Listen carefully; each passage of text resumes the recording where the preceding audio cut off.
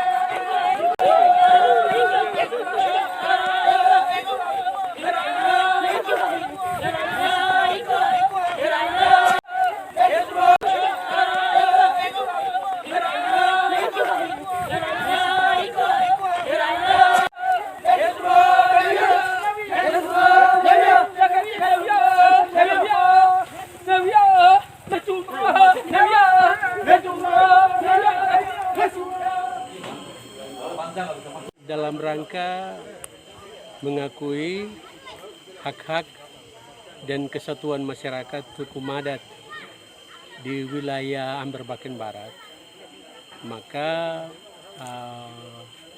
Dinas Perikanan Kabupaten Tambrau bekerja sama dengan Kementerian Kelautan Perikanan untuk melakukan identifikasi terkait dengan kegiatan-kegiatan yang dilakukan oleh masyarakat yang ada di wilayah pesisir Kabupaten Tambrau, khususnya di distrik Amberbaken Barat.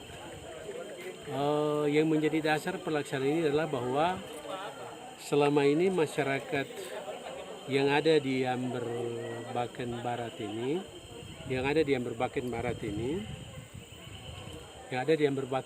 ini, mereka melakukan apa yang disebut dengan sasi. Artinya bahwa sasi ini mereka sudah lakukan turun-temurun. Ini kalau pemerintah harus serius melihat ini karena apa yang dilakukan masyarakat ini semata-mata untuk melindungi habitat yang ada di pesisir laut ini. Dan menurut pengalaman bahwa setelah kami ketemu dengan masyarakat, termasuk Bapak Kepala Distrik, bahwa sudah cukup lama ini sasi ini dilakukan oleh masyarakat dari turun-temurun. Sehingga ini perlu kita harus mengupayakan untuk hak-hak kesatuan tradisional mereka itu harus diakui secara nasional. Oleh sebab itu hari ini kami dari pemerintah Kabupaten Tambrau dalam hari ini Dinas Perikanan bersama dengan Kementerian Kelautan Perikanan kami hadir di sini dalam rangka identifikasi mulai dari sejarahnya seperti apa, lalu dari sejarah struktur organisasi untuk menyelenggarakan sasi itu seperti apa. Ternyata yang kami temukan di sini adalah bahwa sasi itu dilakukan oleh 3 kelompok pemangku kepentingan, yaitu masyarakat adatnya, terus pemerintah dan tokoh agama atau gereja. Dan itu memang mereka sudah lakukan cukup lama, bertahun-tahun. Itu dari sisi latar belakang dilakukannya sasi itu. Lalu yang kedua, dari kegiatan dilakukan itu, hasilnya adalah untuk kepentingan pembangunan di distrik ini. Misalnya contohnya, kalau ada pembangunan tempat ibadah, maka biasanya ditutup dan kurun waktunya cukup lama. Yang kami temukan hari ini adalah 5 tahun. Mulai dari 2017, dan rencana akan dibuka tahun 2021 ya. Nah, baru dibuka. 22 baru dibuka. Nah, apa kepentingannya? Apa maksudnya? Ketika ini dibuka, maka hasilnya itu dipakai untuk pembangunan gereja yang tadi kami temukan.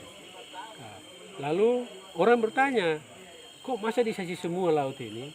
Ternyata tidak. Ada spot-spot tertentu yang memang tidak boleh masyarakat mencari, tapi ada spot tertentu yang memang dikasih untuk masyarakat melakukan upaya penangkapan di wilayah itu.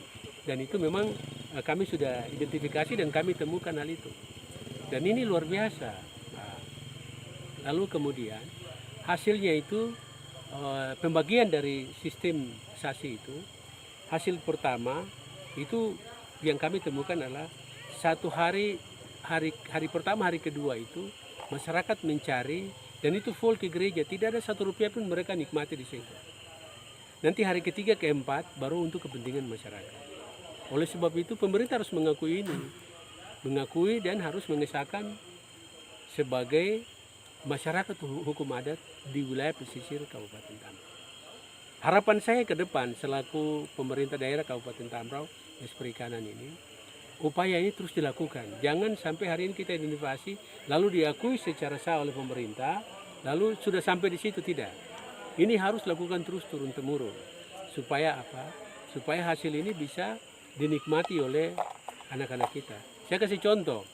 Di wilayah pesisir Laut Jawa itu sudah hasil lautnya sudah kosong. Jangan sampai nanti kita seperti mereka, bahwa nanti kita penghasil ini kosong. Oleh sebab itu harapan saya adalah tidak terputus hari ini, tetapi ini harus terus dilakukan secara turun-temurun. Barangkali seperti itu yang bisa. Terima kasih. Ya baik, terima kasih.